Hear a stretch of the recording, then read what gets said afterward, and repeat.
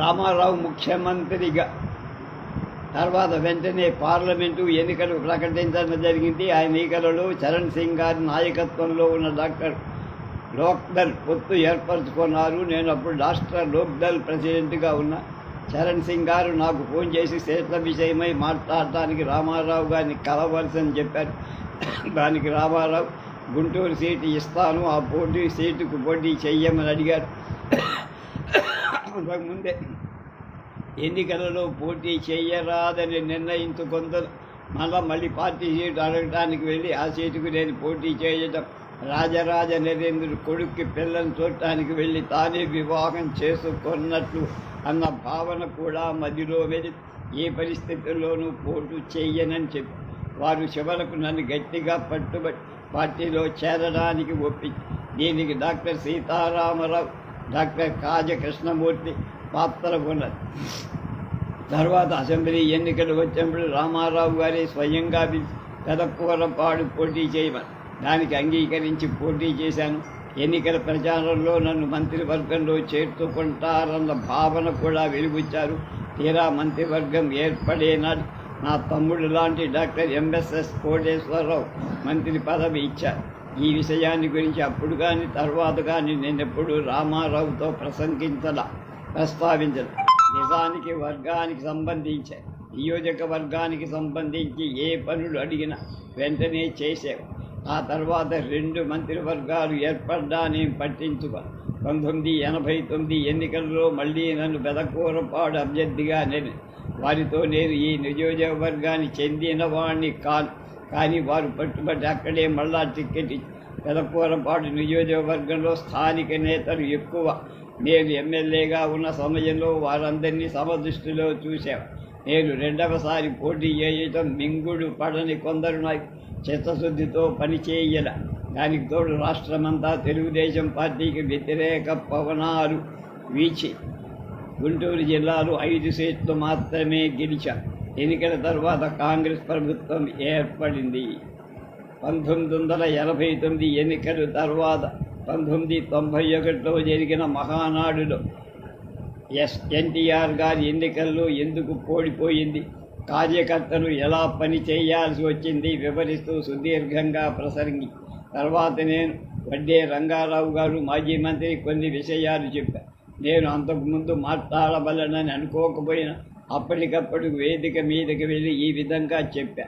ఎన్నికల తర్వాత జరిగిన కొన్ని విషయాల గురించి ప్రస్తావిస్తానని మొదలు ఒక అభిమాని వచ్చి అంతా కలగా జరిగిపోయింది కదండి అన్నాడు. అంటే ఆయన ఉద్దేశం కలకాలం రామారావు గారి పరిపాలిస్తారని. మరొక ఆయన ఎందుకు ఈయన తొందరపడి ఎలక్షన్ పెట్టించాడు, మామూలుగా జరిగితే గెలిచేవాళ్ళమే కదా అని వాపోయి. కొంతమంది అయితే రామారావు గారి పార్టీ నిలుస్తుందా, వదిలిపెట్టి మద్రాసు వెళ్ళిపోతారా, కొంతమంది విపక్ష నాయకుడిగా అసెంబ్లీలో కూర్చోగలుగుతాడా అని ప్రశ్నించి తర్వాత జరిగిన అసెంబ్లీ సమావేశాలు వారు ప్రవర్తించిన తీరు, తర్వాత తుఫాను వచ్చినప్పుడు ఆ జిల్లాలో తిరిగి ప్రజల ఓదార్చడంపై ప్రశ్నలన్నిటికీ సమాధానం చెప్పినట్టు. ఆ సందర్భంగా వారు గుంటూరు వచ్చినప్పుడు బస్సు మీద కూర్చొని బజారులో తిరుగుతున్నారు. నేను వారి వెనకే కారులో నెమ్మదిగా వెళ్తూ ఒక 60 ఏళ్ల వ్యక్తి బస్సు వెనక నడుస్తూ రామారావు ఎక్కడికి పోతారు, మొన్న మటుకు పోయేవాడా, మమ్మల్ని ఓటు వేయనిస్తే అన్న. ఎన్నికల్లో ఓడిపోయిన దాని గురించి ఇక్కడ చర్చ జరుగుతున్నది అనుకోవట్లేదు అన్నగారేమో కొన్ని విషయాలు చెప్పి నా ఉద్దేశంలో ఓటమికి ప్రధాన కారణాలు 3. మొదటి సినిమా విశ్వామిత్ర. నేను ఈ మాట అనగానే మీలో చాలామంది కోపం వస్తుందని నాకు తెలుసు. ఫ్యాన్స్ ఇలాంటి మాటలు నచ్చవు. వారి మొదటి సినిమా వచ్చినప్పటి నుండి నేను వారి అభిమాని. ఆ సినిమాలో ఎంత పోలీసు నుండి ఇంత అధికారినయ్యారు అన్న డైలాగు వేరుతో చూపిస్తూ నాకు ఇప్పటికీ చెవుల్లో మోగుతారు. దీనికి కారణం ఆ డైలాగును వారి నిజ జీవితంలో రుజువు కాబట్టి. సినిమా విషయంలో కోర్టులో గెలిచిన సంగతి కూడా నాకు అప్పటికే కాంగ్రెస్ వారు చేసిన దుష్ప్రచారం వల్ల జరగాల్సిన నష్టం జరిగి ఇప్పుడు మళ్ళా ఇంకొక సినిమా తీస్తారన్న మాటలు వినపడుతున్నాయి. తెలుగు ప్రజలు ఇప్పటికే రామారావు గారి సినిమాలు 300 చూశారు. 301వ సినిమా కొరకు ఎదురు చూడటం లేదు. రామారావు గారిని మళ్ళా ముఖ్యమంత్రిగా చూడటానికై ఎదురు చూస్తూ అందువల్ల ఆ సినిమా ప్రయత్నం మానుకోవ. 2. కేబినెట్లో 31 మంది మంత్రులు రాజీనామా చేయి 3-4 రోజులు రాష్ట్రంలో పరిపాలన స్తంభింపజేయదు. ఈ విషయమే మేము బయట ప్రజలకు ఎంత నచ్చ చెప్పే ప్రయత్నం చేశారు. వారిని ఒప్పించలేకపోయా. వాడు అంతా విన్న తరువాత చివరకు కాదులేండి, దానివల్ల పార్టీకి చాలా నష్టం జరిగింది అనేవారు. 3వది శాసనసభ్యులు వంగవీటి మోహనరంగా హత్య తదుపరి జరిగిన హింసాకాండ. విజయవాడ పట్టణ చరిత్ర తెలిసిన వారికి ఎవరైనా శంకు రోడ్డుపై దేవినేని మరలితో 6గురిని చంపిన తర్వాత జరగబోయేది ఊహించడం అసాధ్యమేం కాదు. అయినప్పుడు ప్రభుత్వం దీన్ని నివారించేదానికి ఎందుకు కట్టుదిట్టమైన చర్యలు తీసుకోలేదు అని ఒక వర్గం వాదన. కనుక వారు బాధపడితే ఆ తర్వాత జరిగిన విచ్చలవిడి హింసాకాండ, దోపిడీలు లాంటి కిరాతక చర్యలను ప్రభుత్వము ప్రజలను రక్షణ కల్పించలేదు. మరొక వర్గం బాధపడి ప్రభుత్వం ప్రజలు విశ్వాసాన్ని కోల్పోయి దీనివల్ల కృష్ణా, గుంటూరు, ఉభయ గోదావరి జిల్లాలు పార్టీకి చాలా నష్టం జరిగి మహానాడు అనుకోకుండా మే నెల అయినా ఆ రోజు చల్లగా ఉంది. కిందటి మహానాడు విజయవాడలో జరిగినప్పుడు ప్రజలు, కార్యకర్తలు ఎంత బాధపడింది గుర్తుండే ఉంటుంది. కాళోజీ నారాయణరావు గారు ఒకసారి మాతో మాట్లాడు, భద్రాచలంలో సీతారామ కళ్యాణం చూద్దామనుకుంటారు, అది ఎప్పుడు వేసవి కాలంలో వస్తుంది, అందువల్ల ఇంతవరకు చూడ అని అన్నాడు. అలాగే అన్నగారి జన్మదినోత్సవం ఎప్పుడు మే నెల చివరిలోనే వస్తుంది కనుక హాజరయ్యే ప్రజలు, ప్రతినిధులు చాలా ఇబ్బందికి గురవుతున్నారు. మహానాడును అన్నగారి జన్మదినంగా జరపకపోయినందుకు వారికి జన్మదిన ప్రాముఖ్యత ఏ విధంగా తగ్గదు. ఉదాహరణకు ఈ జన్మదినోత్సవం కాశ్మీర్లో జరుపుకున్నారు, వచ్చే జన్మదినోత్సవం ఏ స్టేట్ రాజధానిలో జరుపుకుంటారో లేక ఢిల్లీలో జరుపుకుంటారో తెలియదు. మహానాడును పార్టీ ఆవిర్భవించిన రోజును లేక జనవరి 3 అంటే ప్రభుత్వానికి వచ్చిన రోజును జరుపుకుంటే అందరికీ సౌకర్యంగా ఉంటుంది. ఇది నా స్వంత ఆలోచన. ఇంతకుముందు మాట్లాడిన వడ్డే రంగారావు గారు తాము గాంధీ యుగానికి చెందిన వారమని గాంధీ గారి సూక్తులు అనుసరించే చెప్పడం జరిగింది. గాంధీ యుగం గురించి నాకు కూడా కొద్దిగా తెలుసు. ప్రస్తుత పరిస్థితుల్లో ఆ పరిపాలన సాధ్యం కాలేదు. నా ప్రసంగం పూర్తయ్యే వరకు సభ అంత పెద్ద సంఖ్యలో చీమ చీటుక్కుమన్నా వినపడేంత ప్రశాంతంగా ఉంది. దీని కారణం నేను మాట్లాడిన దానికి రామారావు గారు ఏ విధంగా స్పందిస్తారు అని ఉత్కంఠ ప్రతి ఒక్కరిలో చోటు చేసుకుంది. తర్వాత మాట్లాడిన రామారావు గారు నేను మాట్లాడిన ఏ విషయాన్ని ఖండించకపోవడం సభను ఆశ్చర్యపడి గడ్డే బాబురావు లాంటి ఒకరిద్దరు నేను మాట్లాడిన తర్వాత సినిమా తీయాల్సిందే అని ప్రసంగించిన సభకుల నుండి స్పందన రాదు. తర్వాత భోజన సమయంలో చంద్రబాబు నాయుడు, ఉపేంద్ర నేను ఒక చోటే కూర్చొని భోంచేశాం. వివరం ఒకరితో ఒకరు మాటల్లో కూడా మాట్లాడుకొని ప్రసంగించి బయటకు వచ్చిన తర్వాత చాలామంది యువకులు వచ్చి మాది ఫలానా ఊరండి, మీరు చాలా బాగా మాట్లాడారు అని అభినందించారు. అలాంటి తోడి శాసనసభ్యులు ఏమన్నా ఇంత బాగా మాట్లాడతారని మాకెవరికి అసెంబ్లీలో ఎన్నడూ మాట్లాడలేదేమన్నారు. ఆనాడు సాయంకాలం ఎడిషన్లో నా ప్రసంగం బాక్సు కట్టి వేశారు. మర్నాడు ఉదయం ఎడిషన్లో పై విషయంపై ఎడిటోరియలే రాశారు. అయినా కొంతమంది సన్నిహితులు రామారావు గారికి ఆగ్రహానికి గురవుతామేమో సంశయించారు. తర్వాత జరిగే సంఘటనలో ఆయన ఎప్పుడూ నాతో సుహృద్భావంతోనే పెరిగారు. రాజకీయాలకు సలహా నేను నాలాంటి చాలామంది వృత్తిపరంగా పేరు సంపాదించినవారు రాజకీయాలు తిరిగి ఎన్నికల్లో పోటీ చేయటం జరిగి 1-2 సందర్భాల్లో అందరూ రాజకీయాల్లో విజయవంతంగా ఉండకపోవడానికి ప్రధానమైన కారణం మామూలుగా రాజకీయాల్లో ఉన్న వారి పద్ధతులు అనుసరించలేకపోవడం. ఎన్నికల్లో ప్రత్యర్థుల కన్నా సొంత పార్టీ వారి ఒత్తిడి తట్టుకోవడం కష్టమవుతుంది. అన్ని హంగులు ఉన్న ఏ 10 మందో తప్ప మిగతా వారు రాణించలేరు. కొత్తగా రాజకీయాల్లోకి రావాలనుకునే వారెవరైనా ఇప్పుడున్న రాజకీయవాదుల ఆలోచన, ఆచరణ అన్నీ తెలుసుకొని వారికి అనుగుణంగా నడుచున్నప్పుడే రాండి. కలదు వలబో కలబోయి తెలుగు ప్రగ్గడరువన్ నిన్ను వ్యాలంబు వైచి పేర్గన్న దినం నేటి నీ పాటు నెంచి కన్నీటి నెడ నిలుచనే కాలమొక నీల తెలుగుబే నిజతి లేని రాజనీతి వేపటలేని కలిమి పడతలేని తెలివి పాడిలేని బేర లేని పూజాభిధి పూలు లేని పూజాభిధి చెనటి తప్పులని వచించే గాంధీ అతడు సామాన్యుడా ఏమి యావదాంధ్రదేశ దేశిక ప్రసర విధేయుడైన సదాశివరావు సుస్థిర యశుడు అతడి శ్రీమద్ జయప్రదాదేవి నోము పంట బొద్దూరి నారాయణరావు.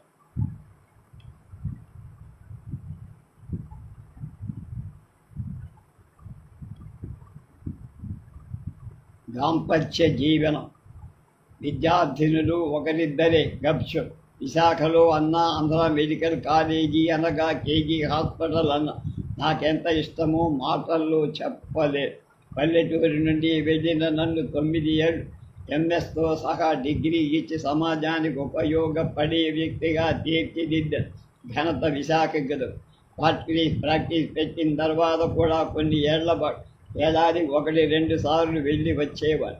వైజాగ్ పట్నంలో హాస్టల్ వసతి చాలా కొద్ది మందికి, ఎక్కువ మంది బయట లాడ్జీలలో ఉండేవాడు. మాలాగా పల్లెటూళ్ళ నుండి వచ్చిన విద్యార్థులు ఒక లాడ్జీలో ఉండేవాడు. మా లాడ్జీలో డాక్టర్ యతిరాజులు, నేను ఒక గది, డాక్టర్ ప్రతాప్ కుమార్ మరికొందరు ఇంకొక గదులు. మేము ముగ్గురం మాత్రం ఎప్పుడూ విడిపోకుండా ఉండేవి. డాక్టర్లమైన తర్వాత గవర్నమెంట్ సర్వీసులో చేరిన యతిరాజుల ప్రాక్టీసులో ఉన్న ప్రతాప్ కుమారు, నేను మా సహచర్యం అలాగే కొనసాగించి యతిరాజుల మరణంతో ఈ సంబంధం తెగిపోయిన మిగతా ఇద్దరం ఇప్పటికీ అలానే కొనసాగిస్తూ మా క్లాసులో ఆడపిల్లలు 8 మంది. సాధారణంగా మగపిల్లలు ఆడపిల్లలు మాట్లాడుకోవడం ఉండేది కాదు. అందులో కమ్మవారిద్దరు. ఒక ఆమె మైనేని అన్నపూర్ణ, రాచకొండ విశ్వనాథ శాస్త్రి గారి తమ్ముడు నరసింహ శర్మ మా క్లాస్మేట్. వీరిని పెళ్లి చేసుకుంది.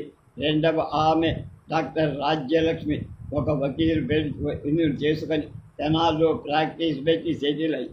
ఆమె తల్లిదండ్రులు తన ఒక్కటే కుమార్ కనుక వారక్కడ కుటుంబంలో ఉండే. ఆమె తండ్రి చొరవవన్ మేము వారింటికి వెళ్ళడం, ఆమెతో కూడా మాట్లాడటం జరిగింది. అంతకు మించి ఏ మగ విద్యార్థి ఏ ఆడ విద్యార్థితో మాట్లాడలేదు. డాక్టర్ జయప్రద, నా శ్రీమతి డాక్టర్ జయప్రద స్వగ్రామం మానికొండ నందమూరు దగ్గరలోని కలువపామలు. ఆ గ్రామస్తులు ప్రధానంగా వ్యవసాయదారులు. అంతకు ముందు తరంలో మీద అంతగా ధ్యాస ఉండేదిగా. మా మామగారు చెరసాని పెద్దలకు చదువు చిన్న లక్ష్మీనారాయణ వర్మ గారి వీధి బడిలో చదువు పూర్తి చేసిన తర్వాత ఆ గ్రామంలో ఉన్న పండితుల వద్ద కొన్నాడు శుశ్రూష చేసి భాషా జ్ఞానం పెంపొందించుగా కవిత్వం కూడా వ్రాసేవారు. వారి కర్షక కవి బిరుదాంకితులై చాలా గ్రంథాలు రాశారు. వీరు అదే గ్రామంలో వెల్లంకి వారి ఆడపడుచు లక్ష్మీ తులసమ్మ గారిని వివాహం. తల్లిదండ్రులకు ఆమె ఒక్కటే సంత. వారి తల్లి మాత్రమే అప్పటికి జీవించి ఉన్నారు. వారి ఆస్తి కూడా తక్కువేం కాదు, 8 ఎకరాల మాగ. మా మామగారు వ్యవసాయం మీద పెద్దగా దృష్టి పెట్టకపోయినా వచ్చే ఆదాయం సరిపోయి. వారి సంతానం శ్రీ వెంకటేశ్వర వర్మ, జయప్రదాంబ, శ్రీ వెంకటకృష్ణ వర్మ. అప్పటికి హై స్కూల్ విద్య గ్రామస్తులకు అందుబాటులో లేకపోయినా వారి ఊరికి 5 మైళ్ళ దూరంలో ఉన్న మంటాడ గ్రామంలో ఉన్న హై స్కూల్ వారి పెద్దబ్బాయి వెళ్ళి చదివేవారు. ఆయన ఎస్ఎస్సి చదివేటప్పుడు జయప్రదాంబ అదే హై స్కూల్లో ఫస్ట్ ఫారం 6లో చేర్చారు. వెంకటేశ్వర వర్మ మెరిట్లో పాస్ అయి ఇంటర్మీడియట్ చదవటానికి బందర్ హిందూ కాలేజీకి వెళ్ళారు. సెకండ్ ఫారంలోకి వచ్చిన జయప్రదాంబ కూడా అక్కడ హై స్కూల్లో చేరి ఆడపిల్లల్ని బడికి పంపడం సాహసకాలి. అప్పట్లో ఆడపిల్లలను హై స్కూలుకు పంపడమే తండ్రి గారికి విద్య పట్ల ఉన్న సదభిప్రాయం వల్లనే ఆమెను హై స్కూల్లో పెట్టారు. బందరులోని సెయింట్ యాన్స్ స్కూల్లో చదివారు. వారి అమ్మమ్మ వెల్లంకి సుబ్బమ్మ గారు బందర్లోనే ఉండి పిల్లలు ఆలనా పాలన చూశారు.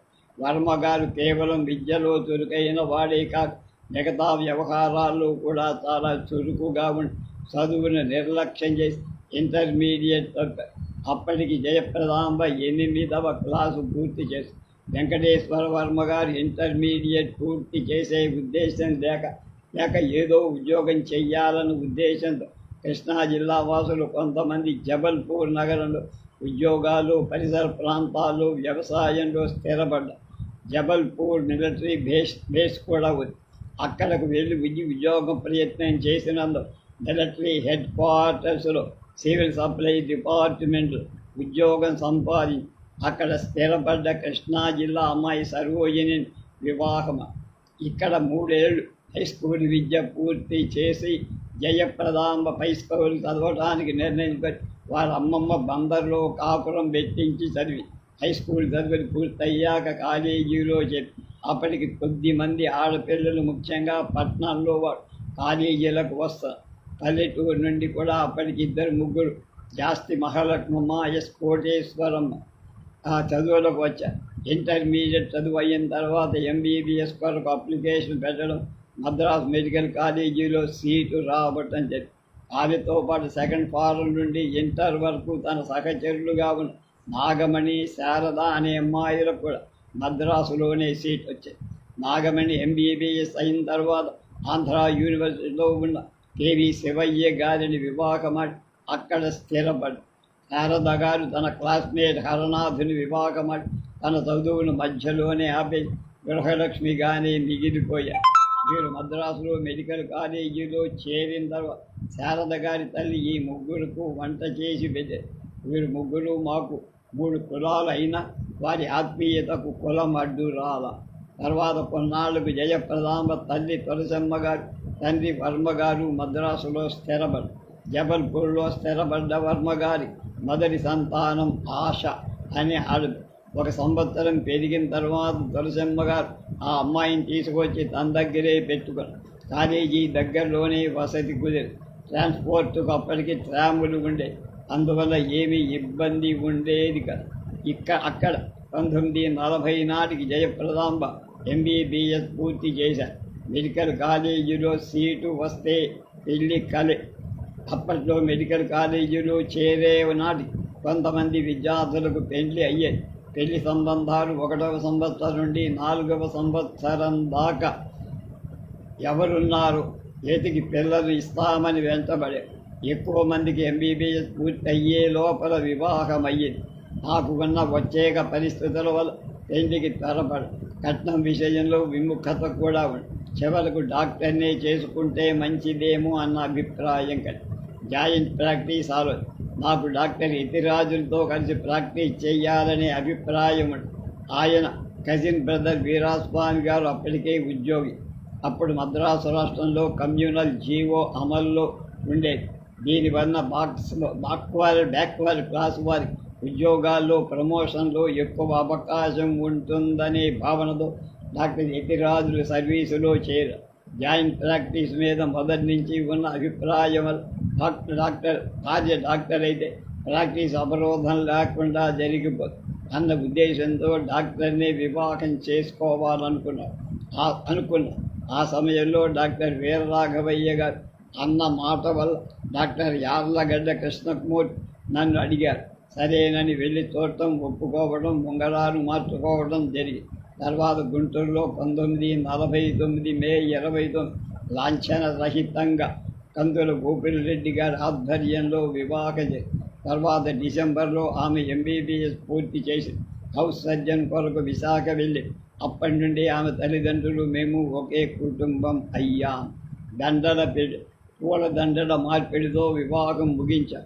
పెళ్లికి బ్రాహ్మణుడు లేడు. అప్పటికి యువత ఇటువంటి పెళ్లి వైపు మొగ్గుతూ ఉండాలి. ఇంకా ఇటువంటివి 2-3 జరుగుతాయని ఆశించారు. దానికి భిన్నంగా సంప్రదాయ పెళ్లి పెద్ద కట్నాలు, హంగు ఆర్భాటాలు పెరుగుతూ వచ్చి సామాన్యుడు పెళ్లి ఖర్చులే భరించలేని స్థితి వచ్చి పెళ్లికి నాకు ₹600, వారికి 1200 ఖర్చయి. ఈ విధమైన పెళ్లి కొత్తగా ఎవరూ భావించలేదు. ఒక తమ్ముడికి తప్ప మిగతా వాడికి ఇదే పద్ధతిలో పెళ్లి చేశాను. మా పెళ్లి ఖర్చులకు చేసిన అప్పు ఇరువైపుల నుండి మేము ప్రాక్టీస్ పెట్టిన తర్వాత తీర్చాం. గుంటూరు సాంబశివపేటలో కోడే గోపాలకృష్ణ గారి ఇంటి దగ్గర పెళ్లి పెద్దలు నా వైపు నుండి కందుల గోకుల్ రెడ్డి, ఈటుగంటి రత్నమాంబ గారు ఆమె వైపు నుండి వచ్చారు. పెళ్లి జరిగిన తర్వాత సీనియర్ హౌస్ సర్జన్గా చేరారు. ఆమె మద్రాసు వెళ్ళి డిసెంబర్లో పాస్ అయింది. ఈ లోపల నాకు టెంపరీ సివిల్ సర్జన్గా ఉద్యోగం. దాంతో కొన్నాళ్ళు సర్జరీ డిపార్ట్మెంట్లో, కొన్నాళ్ళు ఫిజియాలజీలో, కొన్నాళ్ళు ఆర్ఎంఓ, మళ్ళీ సర్జరీ డిపార్ట్మెంట్లో పని. డాక్టర్ జయప్రదాంబ హౌస్ సర్జన్గా వైజాగ్లో 1951 జూన్ 22 తారీఖున గుంటూరులో సాంబశివపేటలో ప్రాక్టీస్ పెట్టి ప్రారంభోత్సవానికి ప్రొఫెసర్ రమణమూర్తి గారు వచ్చారు. సభకు అధ్యక్షత వహించారు. మెడికల్ కాలేజీ ప్రిన్సిపాల్ డాక్టర్ డివి సుబ్బారెడ్డి గారు.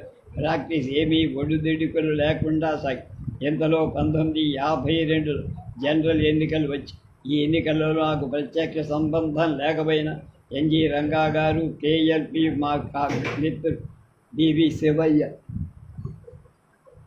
కేవీఎల్ నుంచి ప్రతిపాడులో పోటీ చేసి ఓడిపోవటం జరిగింది. ఆ తర్వాత జరిగిన ప్రతి ఎన్నికలలో అభ్యర్థిగా నా పేరు ప్రచారంలోకి వచ్చేది. అయినా నా దృష్టి అటు మరల. విశాఖపట్నంలో ఉద్యోగాలు. ఆమె విశాఖపట్నం వచ్చే నాటికి నేను ఫిజియాలజీలో షూటర్గా ఉన్నాను. తర్వాత కేజీహెచ్లో ఎంఆర్ఓగా కొన్ని నెలలు ఉన్న తర్వాత సర్జరీ డిపార్ట్మెంట్లో పోస్టింగ్ ఇచ్చి నాది టెంపరీ ఉద్యోగం. అందువల్ల అక్టోబర్ చివరిలో ఉద్యోగం ఊడింది. అని వార్డులో సీనియర్ హౌస్ సర్జన్గా చేరారు. తర్వాత ఏప్రిల్లో ఎంఎస్ ఎగ్జామ్స్, ఉద్యోగ బాధ్యతలు లేనందువల్ల ఎగ్జామినేషన్స్ బాగా ప్రిపేర్ కావచ్చు. అలాగే జరిగింది. ఆ ఉద్యోగం పోయినప్పుడు విశాఖలో కేజీహెచ్లో ఒక లేడీ ఆర్ఎంఓ పోస్ట్ ఉండే. ఆ పోస్ట్లో సివిల్ సర్జన్గా ఒక డాక్టర్ ఉండేవారు. ఆమె ప్రమోషన్ వచ్చి ఆ పోస్టు ఖాళీ. జయప్రదాంబ గురువు గారు, డేవిడ్ గారు డైరెక్ట్గా ఉండేవారు. ఆ పోస్టు తనకు ఇవ్వమని అడగా వారు వెంటనే ఇచ్చారు. చూడడానికి క్వార్టర్స్ ఉంటాను. జీతం కొంత తక్కువైనా ఇబ్బంది లేకుండా గడిచింది.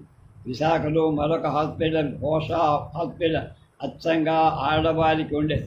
అది అప్పట్లో టీచింగ్ హాస్పిటల్ కాదు. డాక్టర్ మరికాస్ అని సమర్థుడైన డాక్టర్ సూపరింటెండెంట్గా 3-4 నెలలకు ఆ హాస్పిటల్లో పోస్టింగ్ ఇచ్చారు. ఆమె ఆధ్వర్యంలో డాక్టర్ జయప్రద ప్రసూతి వైద్యంలో బాగా అనుభవం కలిగి 1951 మే నెలలో నేను ఎంఎస్ పాస్ అయ్యేనాడు ఆమె ఆ ఉద్యోగంలో ఉంది. నేను ఎంఎస్ పాస్ అయ్యేదానికి 5-6 నెలల ముందే గుంటూరులో ప్రాక్టీస్ పెట్టాలని నిర్ణయించాను. ప్రైవేట్ ప్రాక్టీసు అప్పు చేశా. పెళ్లి సమయంలో ఇద్దరి వద్ద డబ్బులు లేకపోతే ప్రాక్టీస్ ఎలా పెట్టాలన్న ఆలోచన వచ్చింది.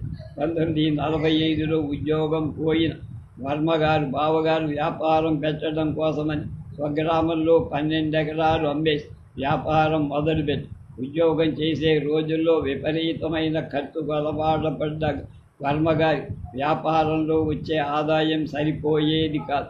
నేను యార్లగడ్డ కృష్ణమూర్తి పెళ్లి సమయాన్ని ఇంకా 2 సంవత్సరాల తర్వాత కదా, అప్పటికి వర్మగారు 10,000 సర్దగలడు అనుకున్నాను. నేను అదే మాట అమ్మతో చెప్పి ప్రాక్టీస్ పెట్టేదానికి వర్మగారి పరిస్థితి పూర్తిగా అర్థమై మా చిన్ననాటి స్నేహితుడు నందిపాటి నారాయణ తక్కెళ్లపాటి వారికి జాబు రాశారు. ఆయన ఇంటర్మీడియట్ చదివి ఆపేసి ఇంటి వద్ద వ్యవసాయం చేస్తూ గుంటూరులో కమిషన్ కొట్టు నడిపేవారు. వారికి ఉమ్మడి కుటుంబం, ఆయన పెద్దవారు. అందువల్ల డబ్బు సర్దగలిగిన వెసులుబాటు ఉంటుందన్న నమ్మకంతో 6 నెలల ముందే ఉత్తరం రాసి నేను గుంటూరుకు వచ్చేసప్పటికి ఆ డబ్బు రెడీ చేసి పెట్టాను. దాంతో హాస్పిటల్కి కావాల్సిన పరికరాలు సమకూర్చుకున్నాము. ఇంగ్లాండ్ వెళ్ళేందుకు 10,000 కటకటి ఏఎస్ అయిన తర్వాత అసిస్టెంట్ సర్జన్. తర్వాత సంవత్సరం పాటు ఇంగ్లాండ్ వెళ్ళి వద్దామనుకునే దానికైనా 10,000 కావాలి. అది సాధ్యం కాదు కనుక ఊహకు అడ్డుకట్ట వేసి అలానే జయప్రదాంబకు పీజీ చెయ్యాలనే కోరిక, అంటే మరో 2 సంవత్సరాలు చెయ్యాలి. ఆ ఆలోచన కూడా మానుకొని ప్రాక్టీస్లో చేసి మొదటి నుండి ప్రాక్టీస్ బాగానే ఉంది. కుటుంబ ఖర్చులు కొంత మిగిలి 1 సంవత్సర కాలంలో అప్పు తీరింది. వడ్డీ ఏమీ ఇవ్వలేదు. ప్రాక్టీస్ పెట్టినప్పటి నుండి మాతోనే ఉన్న చిన్న బావమరి పెళ్లి కూడా ఆ సంవత్సరంలో అయ్యింది. అది విడో మ్యారేజ్, లాంఛనాలు లేకుండా జరిపించి కొన్నాళ్ళైన తర్వాత వేరే కుటుంబం పెట్టారు. అతను, అతని భార్య, ఆయన అత్తగారు ఒక కుటుంబంగా ఉండే. అత్తగారికి కొద్దిపాటి ఆస్తి ఉంది. దానిపైన వచ్చే ఆదాయంతో పాటు జయప్రదాంబ ఎంతో కొంత సహాయం చేసి అతను హాస్పిటల్లో చిన్న చిన్న పనులు చేస్తూ ఉండే. తర్వాత కొన్నాళ్ళకు స్వతంత్రంగా బతకాలనే ఉద్దేశంతో మెడికల్ షాప్ పెట్టారు. దానికి అవసరమైన డబ్బు సుమారు 5,000 నేనే సర్దాను. ఈ లోపుగా బజారులో ఉన్న వర్మగారి పరిస్థితి దిగజారి అక్కడ కొంత పొలం కొని వ్యవసాయం చేయాలన్న ఉద్దేశంతో ఉంటే దానికోసం రూపాయలు 5,000 తమ్ముళ్ళని చదివించి, మా తమ్ముడు సత్యనారాయణ మేము విశాఖలో ఉండగానే 2వ ఫారంలో చేర్చి, నేను వచ్చే నాటికి వాడు 2nd ఫారం పాస్ అయి 3rd ఫారంలో పోయి, వాడి తర్వాత సీతాపతిరావు ఇక్కడ 1951లో 2nd ఫారంలో చేరి, వాటిద్దరూ మా వద్దనే ఉండేవారు.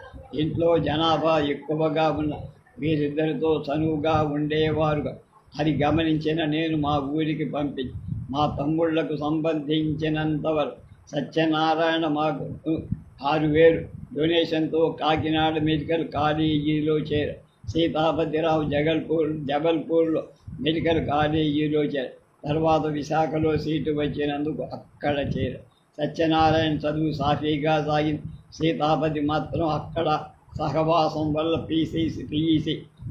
పియూసీ తప్పడం, తర్వాత ఫస్ట్ MBBS తప్పడం జరిగింది. అక్కడ ఉంటే వీడు చదవడం జరగదన్న ఉద్దేశంతో బాధపడి Guntur medical college principal DJ Reddy గారితో నాకున్న సాహిత్యం వల్ల గుంటూరు మెడికల్ కాలేజీకి ట్రాన్స్ఫర్ చేయించగలిగారు. ఇక్కడికి వచ్చిన తర్వాత ఫస్ట్ MBBS పూర్తయి 3-4 ఏళ్లలో చైనాతో యుద్ధం ఆర్మీలో చేరారు. 4 నెలల తర్వాత ఆచూకీ డాక్టర్ నూతక్కి వెంకటేశ్వరరావు ఆర్మీ సర్వీసులో చేరి జబల్పూర్ అక్కడ వీని గురించి సర్వీస్ నుంచి డిస్క్వాలిఫై చేసి పంపించారు. ఆ తర్వాత అప్పుడొక సబ్జెక్టు వేసై ఫైనల్ ఇయర్కి వచ్చారు. Final year ENT ఆస్మాలజీ SP medicine examination రాసి ప్రాక్టికల్కి వెళ్తే పాస్ చేస్తారేమో అని భయపడి ప్రాక్టికల్స్ మానేశారు.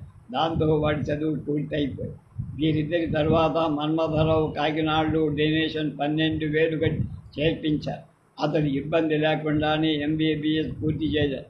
వీళ్ళు మెడికల్ కాలేజీలో చేరినప్పటి వాళ్ళ పెళ్లి చెయ్యమని మా అమ్మ చదువుతారు. ఎల్లకాలం నువ్వు ఖర్చు పెట్టలేవు కదా, పెళ్లి జరిగితే వచ్చేవాడు చూసుకుంటారే, నీ పిల్లలు కూడా పెద్దవాళ్ళు అవుతున్నారు కదా అనేది. మురహరిరావుది ఎప్పుడూ మైనస్ బడ్జెట్. మా పెద్ద తమ్ముడు మురహరిరావు చదవడానికి మొండికేసి 4 ఏళ్ళు 5 తరగతుల్లో చదువు పూర్తి చేసి వ్యవసాయం చేస్తాను. మా జాయింట్ ఆస్తి మొత్తం అతను చదువుకోందుకు అతను రాసి ఇచ్చాను. అది కాక కొంత పొలం నేను వదిలిపెట్టాను. భార్య ఆస్తి 2 ఎకరాలు వచ్చి మొత్తం 20. ఈ 20 ఎకరాలై నేను ప్రత్యేకంగా పొలం కొనాలని అనుకోకపోయినా అప్పుడు 4 ఎకరాలు కొని మొత్తం 16 చేశాను. ఈ మొత్తం మురారి వ్యవసాయం చేసుకుంటూ ఎప్పుడు మైనస్ బడ్జెట్లోనే ఉండి తన ఆడపిల్లలు ఇద్దరికీ 5 ఎకరాలు కట్నంగా తన సొంతంగా ఖర్చుగా చేసుకున్నది 41.5 ఎకరాలు. 4.5 తర్వాత నా పొలం పైన ఆదాయం ఏమీ రాలేదనే భావం మా ఆవిడకు పిల్లలకు ఉంటుంది కదా. 2 పార్లమెంటు ఎలక్షన్లు అయిన తర్వాత నేను 8 ఎకరాల పొలం అమ్మా.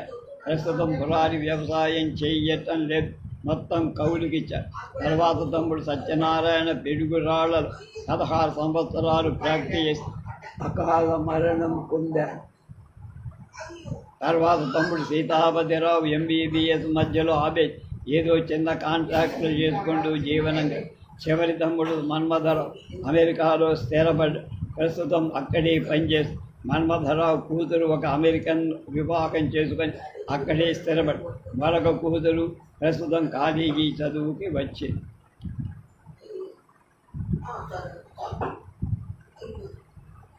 తర్వాత బంధు ప్రీతి ఎలా ఉండేది అనేది రేపు.